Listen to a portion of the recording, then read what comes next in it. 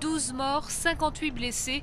La fusillade dans un cinéma à Aurora, au Colorado, a laissé l'Amérique en état de choc. Elle a aussi ravivé le débat sur les armes à feu. Une majorité écrasante d'Américains, y compris ceux qui possèdent des armes et les membres de la NRA, sont en faveur de mesures pour empêcher la violence par arme à feu, comme le contrôle des antécédents judiciaires pour tout achat d'une arme.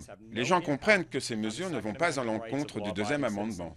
Le deuxième amendement de la Constitution garantit à tout citoyen le droit de porter une arme, un droit cher aux Américains. Plus d'un tiers des foyers en possèdent une à la maison. Le problème, c'est que le système des ventes est plein de failles. Lors de l'achat d'une arme, la loi requiert un contrôle des antécédents judiciaires de l'acheteur, mais 40% d'entre eux échappent à toute vérification en s'approvisionnant auprès de particuliers dans les foires expositions ou sur Internet. Le tueur du Colorado a pu ainsi accumuler 6000 munitions.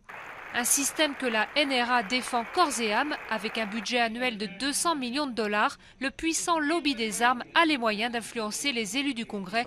Mais les militants anti-armes sont optimistes. Après ce massacre, après celui de Tucson, on a commencé à voir la NRA perdre des batailles dans certains États.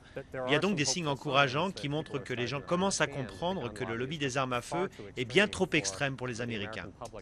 Chez les élus, la plupart s'abstiennent de prendre position. Le président Obama, lui, appelle à des contrôles plus poussés. Les antécédents judiciaires des acheteurs devraient être vérifiés avant qu'ils passent en caisse. Et une personne qui souffre de troubles mentaux ne devrait pas pouvoir acheter une arme facilement.